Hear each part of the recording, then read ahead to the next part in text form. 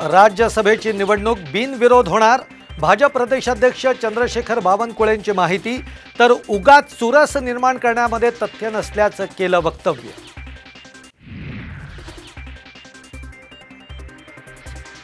भाजपकडून अशोक चव्हाण, मेधा कुलकर्णींसह डॉक्टर अजित गोपछडेंना राज्यसभेची उमेदवारी, तर राष्ट्रवादीकडून प्रफुल्ल पटेल यांना उमेदवारी जाहीर.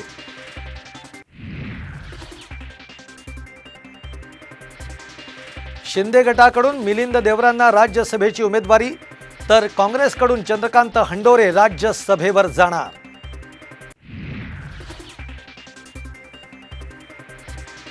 देवेंद्र फडणवीसांचा ठाकरेंकडून फोडणवीस असा उल्लेख.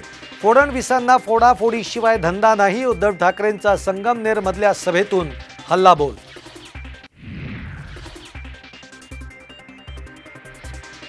शरद पवार गटाकडून 3 चिन्हांचा निवडणूक आयोगाला प्रस्ताव. वडाचं झाड, शिट्टी किंवा कब्बशी चिन्हांचा दिला प्रस्ताव. कोणतं चिन्ह मिळणार याकडे लक्ष.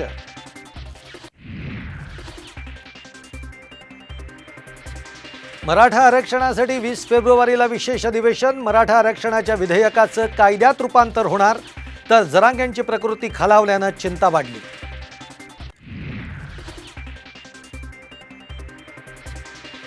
आणि अबुधाबीमधल्या हिंदू मंदिराचं पंतप्रधान मोदींच्या हस्ते लोकार्पण. 27 एकर जागेत मंदिराची उभारणी.